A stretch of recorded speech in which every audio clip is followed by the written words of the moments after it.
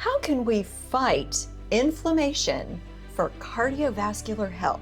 That's the topic we're diving into today, and I have an expert guest on the show. His name is Dr. Robert Scott Bell. He is a homeopathic practitioner. He's also a media show host of the Robert Scott Bell Show. He's also an author, and he's going to address for us the insights from a physician on how we can deal with the problem of inflammation, which basically affects everything. So welcome to the show, Robert. I am glad that you're here to offer your insights. Well, thank you, Tina. It's good to be here. It's one of my favorite topics. I've been lecturing around the world for almost 30 years as well, and my radio show has been going on for 25. And recognizing that much of what we do in terms of a Western response to inflammation is suppress it with toxic poisons, as opposed to recognizing and acknowledging, like we'll talk about, what are the real causes of inflammation, removing them and watching the inflammatory pathways restore to, hey, look, there's no need for the inflammation. We didn't have to suppress it. So let's dive first into why this is important to you. Why is this your favorite topic? And how did you come to this place of becoming a healer and addressing this for others? Well, as a child, I was dealing with inflammatory degenerative diseases already. I was diagnosed with tendinitis in my, a single digit to 10, 11, 12 years of age. It's like, what is this going? Why would a child have inflamed tendons, for instance? I had digestive disorders, more inflammation, skin rashes constantly in my childhood, more inflammation, chronic and systemic infections, systemic meaning the entire GI tract, much less localized like ear infections, sinus infections, things like that. And so I was just wrecked with inflammation as a child. So I was, we were a pharmaceutical medical family. So those inflammatory responses of the body were looked at as a great evil that had to be squashed with perhaps another, drug, let's just say it as it was, FDA approved pharmaceuticals, whether it be non-steroidal anti-inflammatory drugs or steroidal even, the steroids that are very powerful in suppressing inflammation, but very damaging to the liver and destructive of the immune response altogether. So my young life was subjected to much of these inflammatory pathways of chronic inflammation leading to degenerative conditions. And so I was really struggling being in a medical pharmaceutical family, realizing that at one point, I was about 18 or 19 or so years of age, that as much as the doctors meant well, they didn't know what they were doing when it comes to really helping me to recover by addressing the cause. There was no issue of discussion even of what is the cause, because I was raised on a standard American diet, which included junk food and fast food and sodas and all of those things. Nothing was organic other than organic chemistry to produce synthetic chemistry. So I was, unbeknownst to me, everything I was eating was creating more problems. And then on top of it, the drugs. So I had a strong passion to become a healer. Only model I had for it growing up was a medical doctor. But my uncle, who was a medical doctor, warned me as a teenager that you will not be happy if you become a medical doctor, which was interesting. Your uncle, the doctor, says, don't do it. Don't become a doctor. And I didn't understand what he really meant at the time until I, reached adulthood and realized, my gosh, he was right. If I had to do what doctors did to me, to anybody else, I would be miserable. So he was right. He knew my spirit. And I found homeopathy at the age of 24 and began to undo and reverse everything that I experienced the previous 24 years by detoxifying my liver, working on nutrifying, bringing minerals back in that weren't in the food supply, going organic, cleaning up what goes in, hydrating even properly instead of sodas and diuretic drinks, drinking water that was clean and pure. So there was a lot of my journey that led me to the passion that I have even today, how many decades later, to light this up for everybody else that's on a path that wants to truly recover as opposed to just manage symptoms forever. So let's talk about what inflammation is. It's kind of a buzzword. Everybody talks about it in healthcare and lifestyle choices, and how to get healthy and reduce inflammation is commonly said, but I'm not sure that everybody really understands what inflammation is. Is it actually a hyperfunctioning or a dysfunction of a normal natural system within our immune system? Well, inflammation in and of itself is not either hyper or in let's say, a dysfunction. It's an appropriate and important response to injury, infection, intoxication, and deficiency. And now I add the fifth, EMFs, invisible non-ionizing radiation, that's creating inflammation as well. It's a body's response to these insults. And it is designed ultimately to provide for healing and regeneration. The problem is when inflammation goes chronic. In other words, there's an acute response that then it doesn't end. We're always in inflammation. That's where we are robbed of essential energy to do normal metabolic functions of all kinds of things, including the normal process of replacing cells once they're, utilized, and they have a life cycle too. So inflammation is part of that healing process. But when it's stuck and never goes away, then we end up in degenerative processes that can impact any and every area of the body. I mentioned with my situation, the skeletal system, that's often diagnosed as arthritis or arthritic conditions. If it goes into autoimmunity, of course, that's when inflammation is also chronic and rampant, where the apparent target of the immune response seems to be our own cells.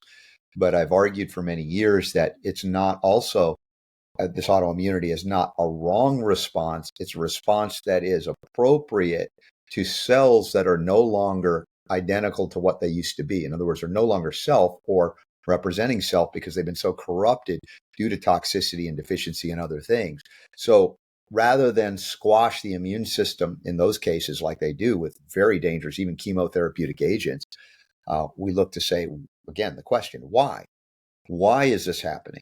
And then we begin to track back the diet, the lifestyle, the toxic poisons, the deficiencies, and we begin to see, oh, this is why. The cells are no longer the same as they were. You call them the same thing, but they're really corrupted. In other words, if they were supposed to be shaped like this, now they're disfigured, and the body goes, that's not us.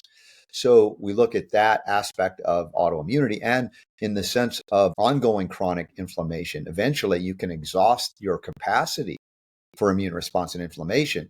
This sometimes is interpreted to be a good thing, weirdly enough. I'll explain this because when I was 18, 19, on my process of discovery of, what was my path into healing, or was there one? The doctors that had been giving me allergy injections for 10 years, right, on top of over-the-counter prescription medicines for my chronic allergies, that's a hyperimmune response, right? They said, when I pointed out, like, I've been on their drugs, I've been doing their shots for a decade or more, would I ever be well? I really wanted to know. And they could see I was serious. They admitted sheepishly at that moment that they didn't know why I was sick. They didn't know why I had my allergies. And I'm like, okay, points for honesty, but that doesn't, bring me a lot of hope or faith in what you're doing. It's going to help me. And then as I'm leaving, I'm like, I don't think I'm doing this anymore. This is ridiculous. They kind of like one last ditch effort to keep me in the fold. Wait, there's good news. There's hope for you. Maybe one day you'll grow out of it. That's what they said. I'm like, holy tamale. I'm about 19 at that point. I'm like, I know I have emotional maturing. I'm young, but physically I'm an adult. You're telling me I'm going to grow out of it. And so this is a long way. I wanted you to understand, everybody watching this, to understand that when your immune system becomes exhausted, for instance, from hyperimmune response and allergies, and it just goes away. People say that all the time. It's like, yeah, I grew out of my allergies. That's not a good thing. If you've done nothing to change your diet and lifestyle, because what's happened is your immune system is you don't have the energy to put up the immune response, the histaminic response. And so immune exhaustion leads to more devastating things like cancer down the road. So if people have this wonderful, hey, I just woke up one day and I grew out of it. Did you do anything different? No, I didn't do anything different. That's a warning sign to me. And so if anybody's out there, I'm not trying to make you afraid. I'm just trying to make you aware and cognizant of the fact that immune exhaustion is not a healthy state either. Even though you don't have like some people say, I haven't had the flu for 20 years. I'm great. Like, tell me about your diet and lifestyle. I'm like, you're eating garbage and you don't get the flu and you're proud of that? Probably because you're so toxic, you don't have a response to these influenza scenarios. So let me just say, health is not the absence of quote unquote disease or symptoms. In fact, when you're healthy, you will respond very vigorously with even inflammation in response to the things that are appropriately responded to in such a way, but you're then out of it very quickly and you're onto the regenerative capacity or pathways.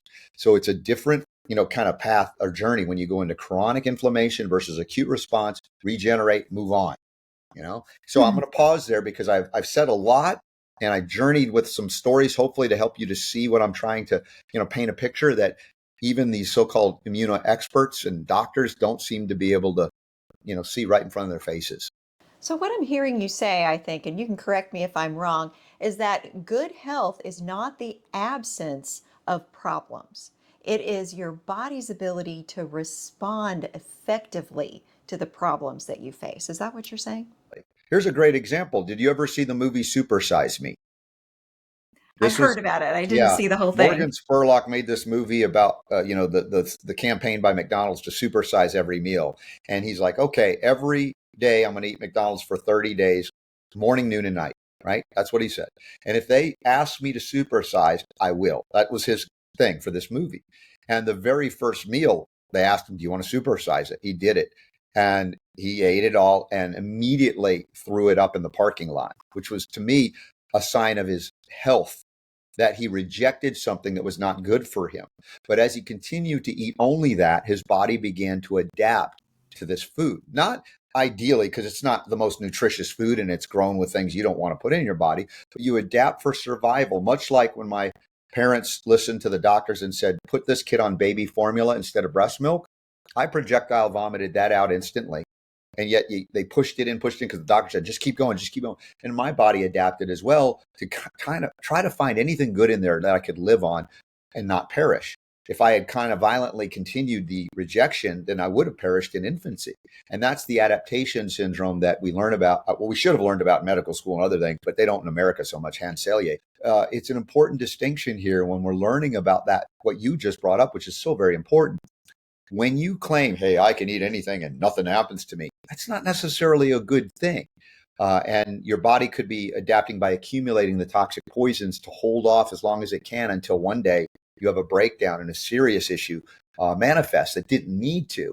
But we're not taught to listen to the symptoms as guideposts, as communication, I think, from God, who created us, that these are languages that we are taught to suppress, right? If your body screams at you and says, please don't put that in my body, and you do it anyway, or you take a drug to suppress the response to it and go, oh, I feel better now. And you put that thing in your body. And now your body goes, well, we can't react to it anymore because he's doing it again. So, it's like, you're doing it wrong. And we don't pay attention. We take a drug. And you're focusing today on cardiovascular health out of Mm-hmm. all of the health things that inflammation is tied to. And, cardiovascular certainly isn't the only thing. Yeah. But why cardiovascular? Why is that an important thing to zero in on? Well, you've heard of it called the silent killer, right? Everybody's heard of that, the silent killer. Why is it the silent killer? Well, unlike the tendonitis, or gout or arthritis, which you have, oh my gosh, inflammation, ow, it hurts, right? You don't have that symptom through the years of inflammation within the vascular system, for instance, okay? So you don't have the sensitivity that you have with a skeletal inflammation or other forms of inflammation that give you pain signals. And the doctors often don't investigate or look into until it's way late that you have a cardiovascular inflammation issue that has gone chronic. Now, what happens is, interestingly enough, Tina, this is something that's overlooked, that the very same thing that causes like arthritis, inflammation, and pain, in certain people, they don't get those inflammations in the skeletal system. It moves into the vascular system because we're all unique. We have metabolic strengths, metabolic weaknesses. So some people are very vulnerable to cardiovascular issues like this. So let's say if you eat the bad food, and maybe you even eat decent food, but you abuse food, like you eat so much steak and protein to the point where it's beyond your body's needs for protein. One of the metabolic breakdown digestive processes results in something called uric acid. Okay, uric acid. Most people have heard of uric acid. It's not a fancy thing. It's a normal metabolic waste product of protein digestion, for instance, animal protein digestion. So we have a way to deal with it. The liver processes this and converts it into the salt of the acid, from the salt to the uric acid, the urate, the urine, and you urinate this stuff out. So it's a normal pathway. We know what to do. But if you do it to excess, to abuse it, that process, or there are other things that are compromising your liver's ability to do its job, then this waste product now, again, I'm not even talking environmental toxic poison man-made stuff now. I'm just talking normal metabolic stuff, that it begins to accumulate in the tissues of the body. And in certain bodies, that can affect the skeletal system. But in certain bodies, it affects the vasculature, but without warning, without signals.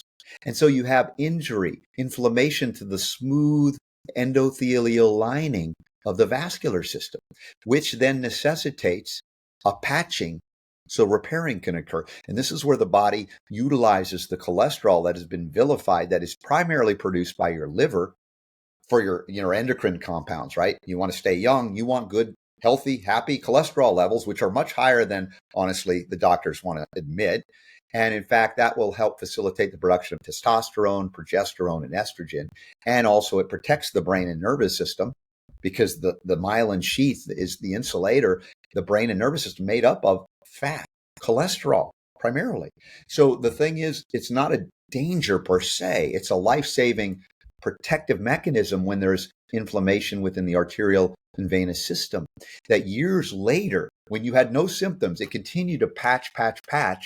And then because you didn't know that your diet and lifestyle was doing this, you had no symptoms, you hadn't gone into a doctor for one of their scans, you end up with an occlusion, right? It may build up the arteries, the plaque, for instance, and it can calcify and harden.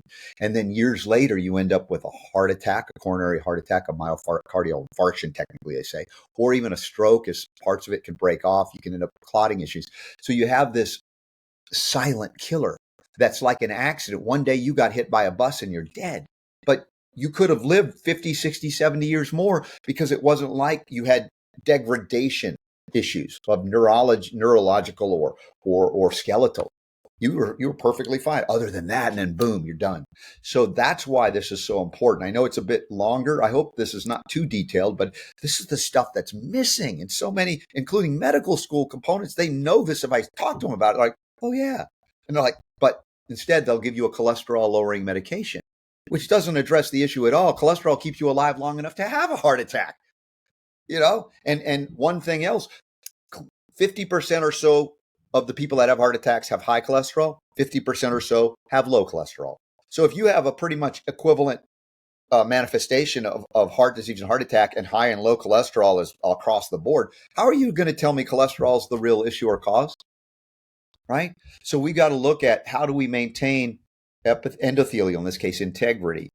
How do we do that? And some of the things I've clued you into already can help you to figure that out. But there are environmental toxins. There are poisons like glyphosate from Roundup.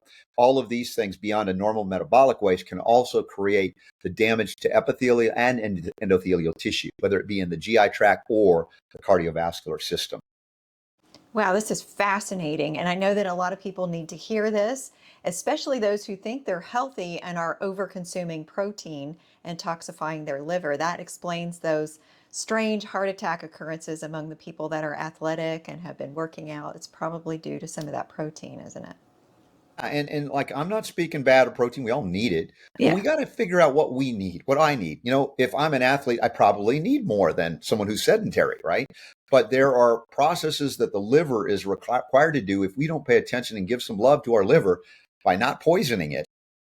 Even our healthy need for protein, animal or otherwise, becomes problematic because our liver can no longer process these things. And part of that is due to a vascular flow issue, blood flow, because every organ, every system in the body requires not only the oxygen, but the nutrients and other things, and also the removal of those things. That relies on blood flow and lymphatic flow. And they all rely upon healthy endothelial tissue, which is corrupted by many things, which brings us to the story you might want to touch on, the nitric oxide story. So again, this is kind of coming to a circle to the point of we have some more options for folks that they didn't know they had. Well, let's take a moment since you mentioned it and talk a little bit about your book, your show, how people can stay connected with you, and the product that you hinted at, Cardio Miracle, that can be of great benefit to anybody who wants to improve their cardiovascular health. Well, I've written a lot over the years and more or less verbalized a lot because I do a show and have done so for 25 years now. But I co-wrote a book with my buddy Ty Bollinger called Unlock the Power to Heal, which gives a lot of basics into deficiencies, minerals, vitamins, things like that, trace elements, fats, etc., that we have overlooked the basics, right? And there's a lot of, first aid. There's practical stuff in there, including some of the history of medicine, of how we got into the mess we're in. It wasn't by accident. So we can start see through some of the illusion and delusion, and we can make better choices about the health of the care, if we will, of ourselves, our loved ones, our family, our communities, etc. So that you can find on Amazon or wherever, or there's a link to it on my webpage at robertscottbell.com. That's where I do my broadcast from, robertscottbell.com/live. If anybody wants to get our newsletter for free, you can text my initials RSB to the number 66866. And that will just prompt you to, just enter RSB. It'll say, hey, enter your email, and then you'll be in. So you can stay up to date on this and more. But the nitric oxide story and the Cardio Miracle story was the last few years that became something I became keenly aware of and began to integrate into my diet and lifestyle as well, and took me from awesome to I can't believe how good I'm doing at 58, running circles around people in their 20s and 30s. Certainly, I'm running circles around my 24-year-old self when I started my healing journey. That's fantastic. And if you're interested in Cardio Miracle, you can find the link that I have, an affiliate link that'll get you a discount, and see more about that. Thank you so much for being a guest on Flourish-Meant today, Mr. Bell. And may all of you listening be inspired to, as he said, value who you were created to be and take care of the temple that's going to allow you to be able to live your best and flourish for the benefit of other people around you. I hope that you were inspired by this episode. And of course, I also hope that you come back for the next episode of Flourish-Meant.